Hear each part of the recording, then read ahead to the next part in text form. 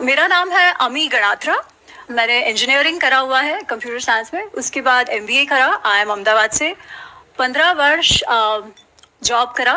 4 continents में रही, बहुत सारे देशों में काम किया। और 2020 में जब मैं वापस भारत आई तो फिर जो पढ़ा था उस पर लिखने का अवसर मिला।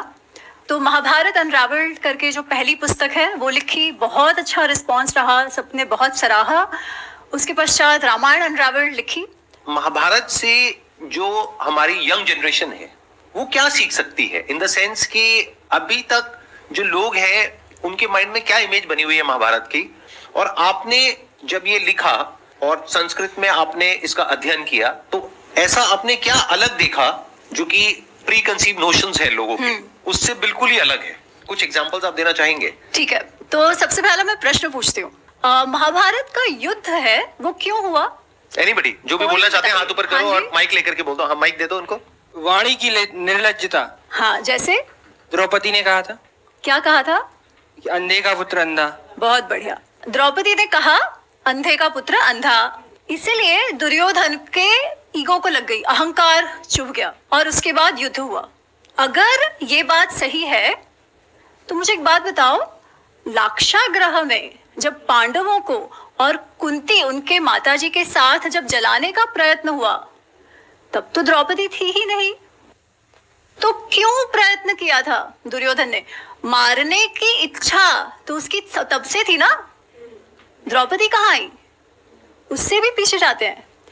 जब पांडव वन से आते हैं पांडु की मृत्यु के बाद, तब भीम को विष देके मारने का प्रयत्न किया जाता है।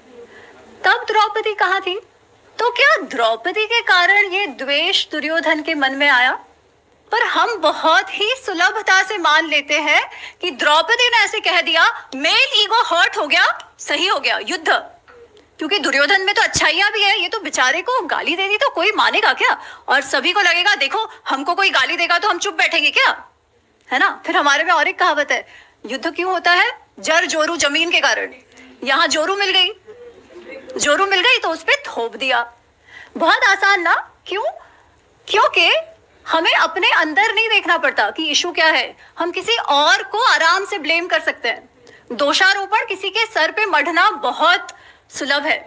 क्योंकि जब हम एक्चुअल महाभारत के अंदर जाए ना, तो आपको एक बात बताऊं, अंधे का पुत्र अंधा ये महाभारत के कोई भी मैन्युस्क्रिप्ट में नहीं है।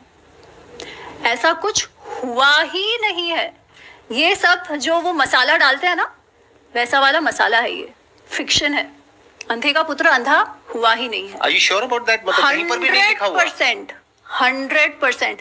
आप गीता प्रेस वाला महाभारत देख लो, आप भंडारकर ओरिएंटल का क्रिटिकल एडिशन देख लो, आप KM गांगुली वर्जन देख लो, आप कोई भी महाभारत, व्यास रचित महाभारत आप देख लो, उस पे लिखी हुई पुस्तकें नहीं, वो फिक्शन है, वो नाट्य रूप है, काव्य रूप है।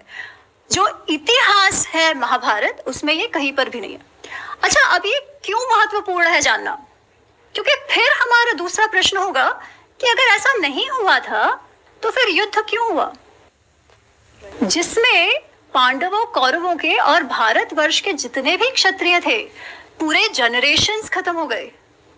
दादा, बाप, बेटा, 3 जनरेशन जो क्षत्रियों के थे वो नष्ट हो गए। इतना बड़ा वो युद्ध हुआ। ये युद्ध क्यों हुआ? पांडवों ने वनवास भी मान लिया कि 13 वर्ष वनवास जाना है। 13 वर्ष वनवास हुआ, उसके बाद नेगोशिएशंस फिर से शुरू हुए। जब नेगोशिएशन शुरू हुए तो पांडवों ने, युधिष्ठिर ने यहाँ तक कहा कि कुटुंब में, परिवार में युद्ध नहीं होना चाहिए, क्योंकि युद्ध जो है ना वो लास्ट रिजॉर्ट होता है ना? युद्ध में किसी भी, दोनों तरफ की हानियां होती है, इसलिए युद्ध नहीं होना चाहिए। तो आप हमें इंद्रप्रस्थ मत दो, आपके पास रखो, हमें केवल 5 गांव दे दो जिससे हमारी रोजी रोटी चलती रहे। दुर्योधन कहता है सुई का टोक होता है ना, उतनी भी भूमि में नहीं दूंगा। क्यों? क्योंकि मैं इनके साथ जीना ही नहीं चाहता।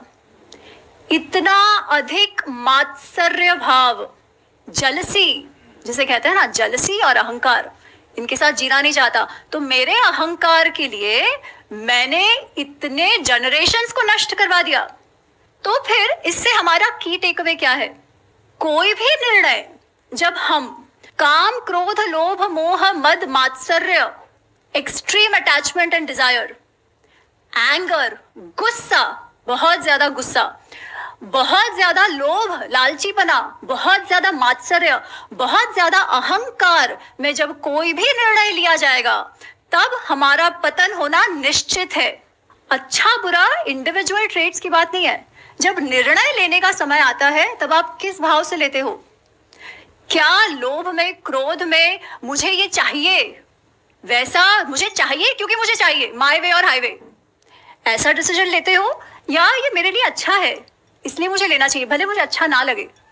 कैसे निर्णय लेते हो? That determines. अब this lesson is so different from everything else that you heard कि सब में सही है, सब में गलत है। जब आप ऐसे कहते हैं कि सब में व्हाइट भी है, सब में ब्लैक भी है, तो हम क्या कहते हैं? मेरे में भी तो ब्लैक है, उनमें भी तो था, चलता है। पर जब तक वो ब्लैक रहेगा ना, तब तक ये मत एक्सपेक्ट करना कि आप सक्सेसफुल होगे, हो ही नहीं सकते। सब में ब्लैक है और सब में व्हाइट है, is it not true? It is true. हाँ। देखिए, गुण अवगुण सब में होते हैं, कोई भी ऐसा नहीं है जो एकदम परफेक्ट है। परंतु जब डिसीजन लेने की बात आती है तब आप कैसे लेते हो, ये महत्वपूर्ण है।